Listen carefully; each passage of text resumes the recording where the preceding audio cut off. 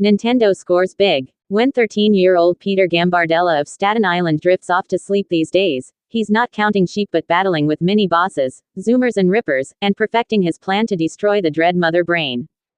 Mike Wetch, a high school student in Tacoma, Wash, is savoring his second-round knockout against Mike Tyson. His friends know he's the only kid in Tacoma who's done it, and Paul Sposata in Manhattan is thinking of the top items on his Christmas list. Games called Paperboy, Xenophobe and Rampage. These are the daydreams of young Americans, but they are based on hugely successful video games, called Nintendo, that are made in Japan. Some 10 million Nintendo home video entertainment systems have been sold in the United States in recent years and have sparked a firestorm of interest that toy industry experts, and millions of teachers and parents, say is America's latest toy craze and teenage cultural phenomenon. It's a mania, said Rick Anguilla, editor of Toy and Business World, an industry trade journal. The kids of America are saying, "This is great, we've got to have one." For boys in this country between the ages of 8 and 15, not having a Nintendo is like not having a baseball bat. Single quote. For the uninitiated, the basic Nintendo system consists of a control deck that attaches to any television, transforming it into a screen that plays video games.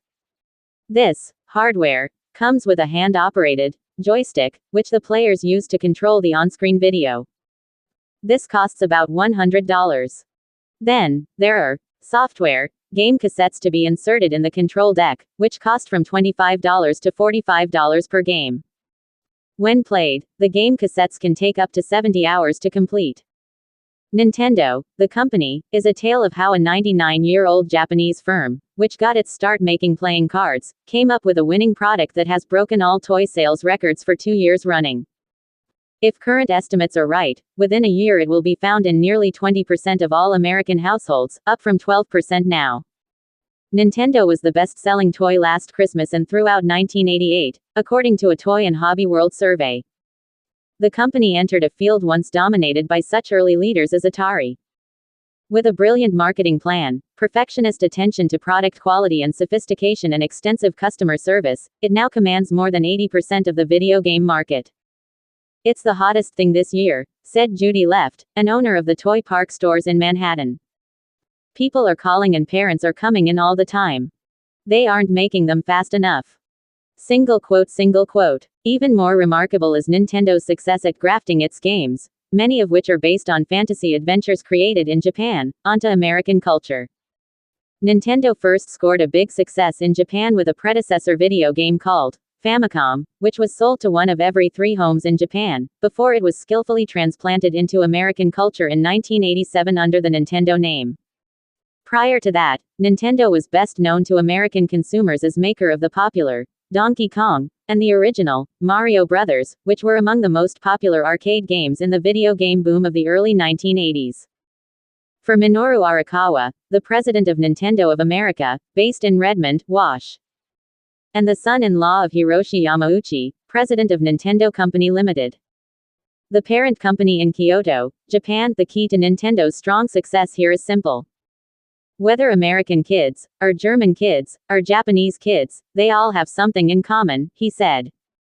They are all kids, and human beings, and they all like the same things, fun and excitement and challenge. There are some differences, but in most cases, a hot game in Japan is a hot game in the States. Single quote. Yet Nintendo's success goes beyond the universal thrill that kids get from challenging games. It is also the culmination of a series of carefully planned marketing and advertising ploys. Underlying Mr. Arakawa's simple philosophy is a complex business plan that was based on patiently watching the American video game industry and coming up with a product that was better than the rest. "The toy industry has never seen this kind of sophistication," said Alan Bobot, chief executive of Bobot Communications, a New York firm that specializes in placing ads and commercials for toy marketers. "It's a brilliant marketing strategy," said Mr. Anguilla of Toy and Business World. "They've created a culture among the kids."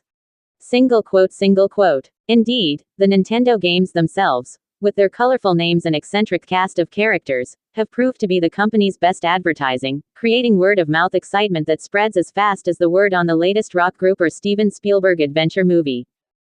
Where baseball cards and comic books were once traded in schoolyards, the hot talk now among teenagers is of Zelda 2, The Adventure of Link, and Super Mario Bros.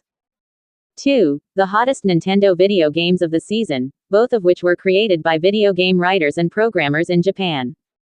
Many Nintendo bestsellers, like Super Mario Bros. 2, are based on wildly preposterous premises, this particular one being two mustachioed Italian janitors who endure various trials, such as dodging hammer-swinging turtles and lava balls and man-eating plants, in order to save a mushroom princess.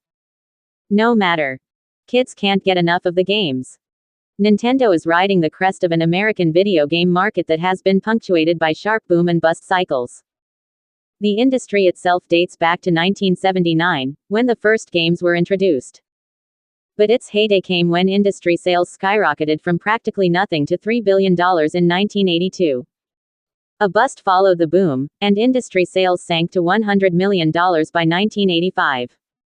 It was during the dark days of 1985 and 1986 that Nintendo successfully test-marketed its games in New York City and Los Angeles, and decided that the slump was artificial, caused by a flood of uninteresting games and dramatically varying prices.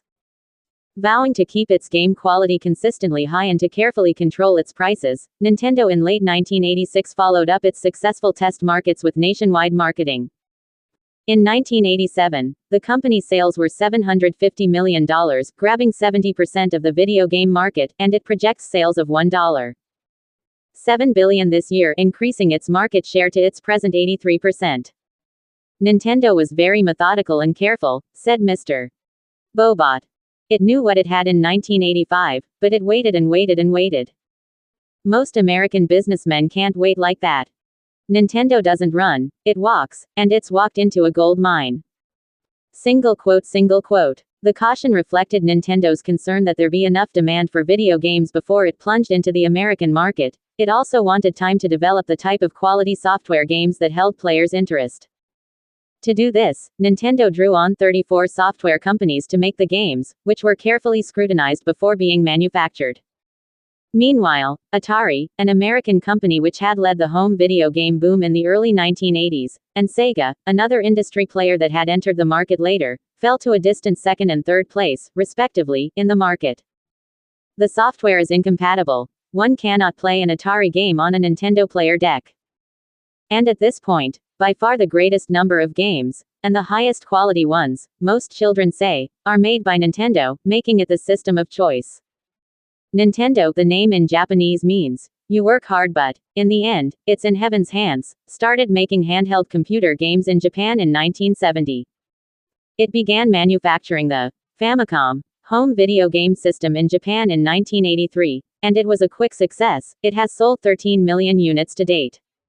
What sets Nintendo apart from the rest, on both sides of the Pacific Ocean, is its games. They come in essentially two types. Sports games, including golf, football, baseball, boxing, and track and field, and adventure games, in which players guide a video character through various perils, through underworlds and overworlds filled with castles and dungeons with trapdoors and secret passageways, over lava pools and past fire-breathing dragons and demons. The games challenge the player's manual dexterity in dodging missiles and other attacking enemies, and the tricks and traps found throughout the intricate fantasy domains require cleverness and memory to master. In Japan, after the Famicom system became popular, two independent publishers there successfully printed glossy subscription magazines for Nintendo users, filled with tips and information on the games. In America, Nintendo emulated that success with its own bi-monthly magazine, produced by writers and editors in both the U.S. and Japan. Entitled Nintendo Power, it sells for $15 for 6 issues to any purchaser of a Nintendo system. With a circulation of around 1 million paid subscribers, Nintendo Power magazine is now one of the largest children's magazines in the country. What's more, the company has established a telephone hotline in Redmond, Wash, which is manned by 60 Nintendo adult game counselors, who answer 50,000 calls and 14,000 letters a week from stumped players. We perpetuate Nintendo mania through these customer services, explained William White Jr., Director of Public Relations at Nintendo U.S. Game software is the key. Single quote. Indeed, Nintendo uses larger memory chips than have ever been used before in video games, Up to 3 million bits of information, compared with 8,000 bits used in many early generation video games. Occasional shortages of computer memory chips have limited production of some highly popular Nintendo games, causing an outcry among retailers and frustrated players. But the company carefully monitors sales, putting out new titles and pulling slow sellers. It generally prefers to undersupply stores than to oversupply them. Meanwhile, kids seem to find the scarcity of the game, and the marathon phone calls to find a store that has them, as challenging as the games. You want to find out what happens at the end, and when you do, you tell all your friends you did it, explained Peter Gambardella of Staten Island, N.Y. Who plays between 2 and 3 hours of Nintendo a day. I play right after school and at night, he said, adding, I play until I get tired and fall asleep, or until I can't stand it anymore because I keep losing. Single quote.